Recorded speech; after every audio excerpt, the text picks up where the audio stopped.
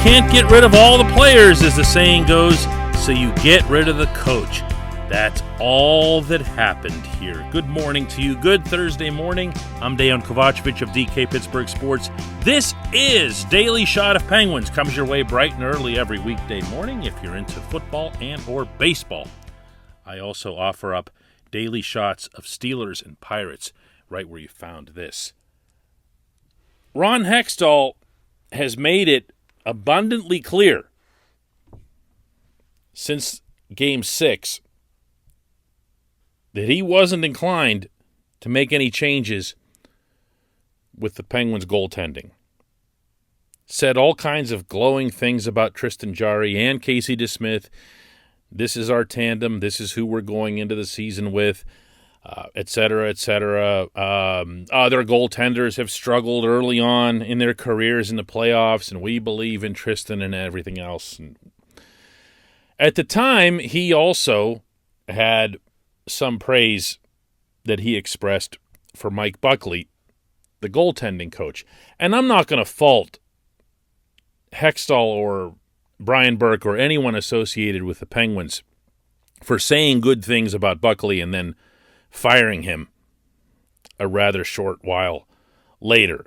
That's just business. I mean, that's how that goes. You have nothing to gain as an organization by bad-mouthing someone on the way out, or even if you think they might be on the way out. It's not a great way to conduct yourself.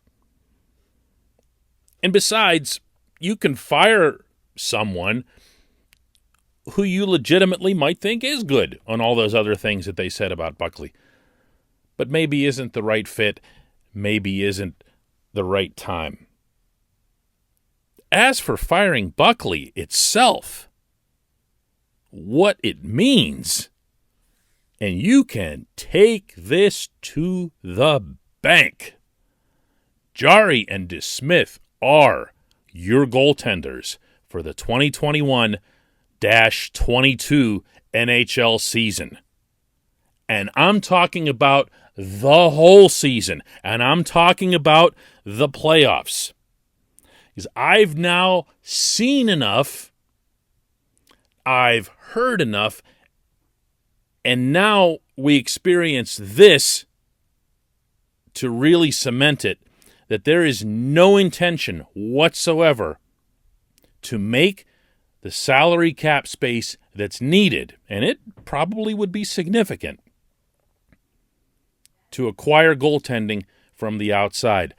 I happen to be of the belief that this could have been done, that everything actually this offseason could have been managed a whole lot better, including the cap, and that the goaltending and retaining Cody Ceci should have been the priority.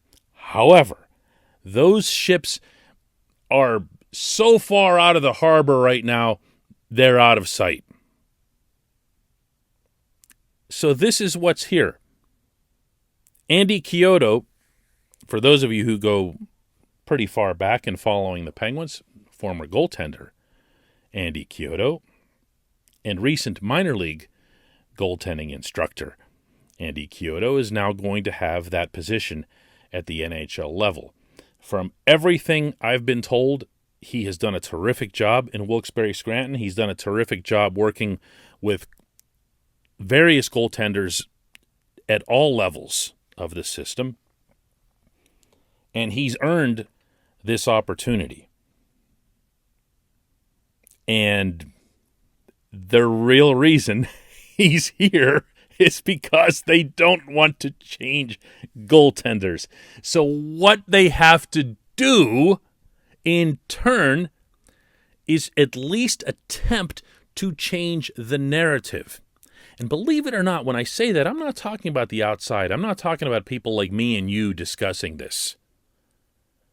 They have to change the narrative that all they did was stay with their goaltenders because there really wasn't an option. They need to instill, again, not in me and you, but in the skaters in that dressing room, the confidence that Jari, in particular, won't completely cave when the puck is dropped for Game 1 next spring. Because, as I've been telling you here on this show for a while, and I've been laying out, you can't even go through a full regular season of Jari and DeSmith excelling, like being in the running for the Jennings Trophy, without still thinking to yourself, okay, this is great, but we saw this for a couple months last season, and we also saw the Islanders series. What's going to happen in Game 1 when the coach turns into a pumpkin? What's going to happen? So what they have to do here is they have to redraw the narrative. They have to put in an escape hatch, if you will. They have to be able to say, well, listen, this is different. This is different. Jari's the same talented, athletic guy we always thought, but now having Andy Chiodo around, he's really kind of sharpened up Jari. He's toughened him up mentally. You could say any number of things, and I have no doubt that that's going to come along at some point in the coming season. You're going to hear things like that, including, by the way, from Jari himself. Guarantee you that. Guarantee that. This is one of the least talkative people on the planet, and he'll talk about this. It'll be, well, Andy's here, and I'm learning this and that from Andy. Why? Because you have to rewrite the script. Believe it or not, I'm not sharing any of this with you from some cynical viewpoint. I know it might sound that way. But if I was Hextall and I had already made up my mind to not go and get outside goaltending, which I wouldn't have, but if I had that approach, I'd make this same move because I have to change some part of it for the players, for the coaches, for the people who compete on the ice to believe that something could be different in the goaltender, in the number one goaltender. So, I guess you could give some credit for this, kind of after the fact. It's still not an ideal setting.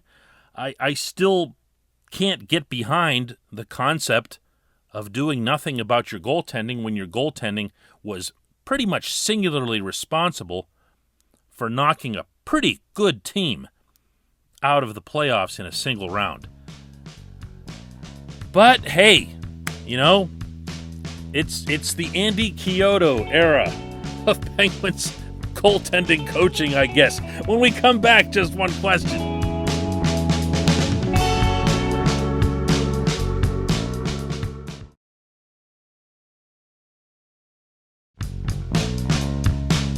Welcome back. It's time for Just One Question. That's always brought to you on this program by the good people at the Greater Pittsburgh Community Food Bank. Their mission is to help those in need across Western Pennsylvania. Their website, pittsburghfoodbank.org, is filled with all kinds of well-presented information as to how they do it, how your contributions are used. And now, more than ever, amid the ongoing pandemic, they've been able to reorganize and restructure a lot of their concepts and systems. It's really interesting stuff, particularly if you've given to the Pittsburgh Food Bank in the past. Visit pittsburghfoodbank.org. Today's Just One Question comes from Jessica. And she says, say the Pens get bad in a couple of years when Sid's contract ends, like total rebuild bad. And the Pens come to Sid to ask him if he wants to finish out his career with a rebuilding team or leave to try to win another cup with a team that's on the verge of doing so. Does he stay or go? Wow. Really? That's what you're giving me at this ungodly hour of the day? Okay. All right. I see you here. I'm going to come back, though, first of all, by avoiding your actual question, which is whether or not Sid says yes or no, and go to the core of it, which is whether or not the Penguins would ever do this. I've been of the belief for a long time, Jessica, that as long as Sidney Crosby is here, the Penguins will never rebuild. You might see them attempt to do things that are more responsible toward the future, and I know for a fact that that's part of Ron Hextall's plan, and I respect that aspect completely.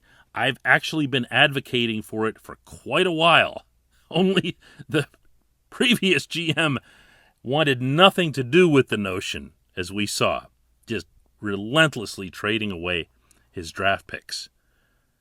This management team, Hextall and Burke, by every account, is going to make every effort to hang on to as many picks as they can. And that's one way to, what they say about reloading versus rebuilding.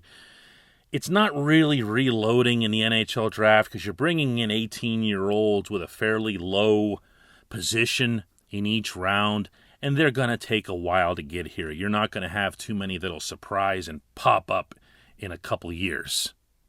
Look at the pace we've seen from Samuel Poulin and Nathan Legare, for example, both of whom showed up in their very first camp with filled-out frames, like looking like they're ready to be in the NHL despite being 18 years old, and it's still taking them a while because it does, because that's just hockey. It's not just snap your fingers, show up, and shine in the NHL, except for very, very, very few players.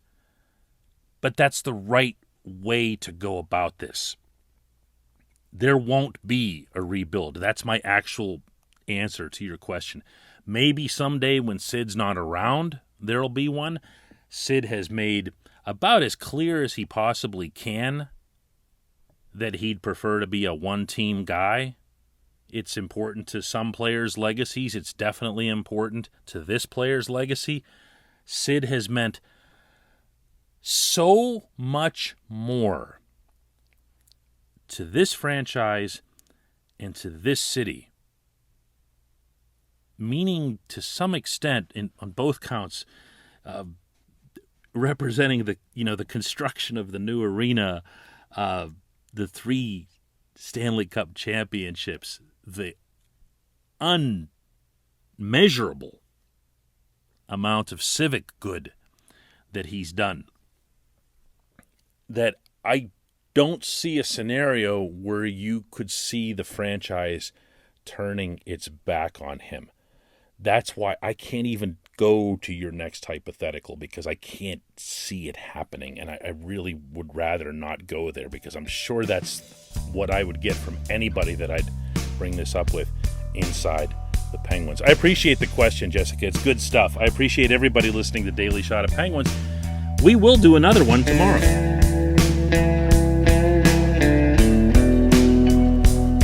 Hey everybody, thanks for listening. Please subscribe to our DK Pittsburgh Sports channel, and don't forget to hit the bell to get notified every time we post a new video or podcast.